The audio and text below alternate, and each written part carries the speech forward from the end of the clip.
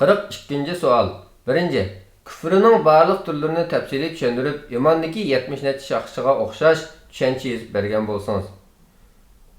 2. Bir odam Xudo bor desa, ammo Xudoning borligiga ro'shan dalil keltirilmasa, lekin kishilarga ergashib yaxshi amallarni qilsa, biroq kishilar ko'rmaganda gunoh amallarini o'z nafsidan hukm qilib o'tayversa, bu kishining hukmi nima bo'ladi? Bu to'g'rida tushuncha bersangiz. Rahmat. So'rovchi Idlibdan. Javob: Va alaykum assalom. 1. Küfür haqida gap qilsak uzrab ketadi. Ixchamligimizda küfür degan Alloh va rasuliga turli sabablar tufayli ishonmaslikdir.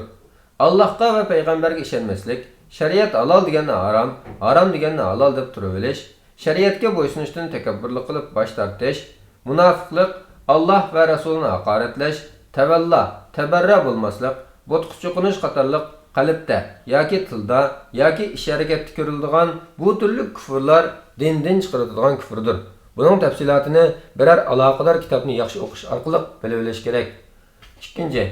Xudo bor desa va Xudoning borligini ro'shan dalil bilan isbotlay olmasa mu'min. Chunki har bir musulmon dalil ahli bo'la olmaydi.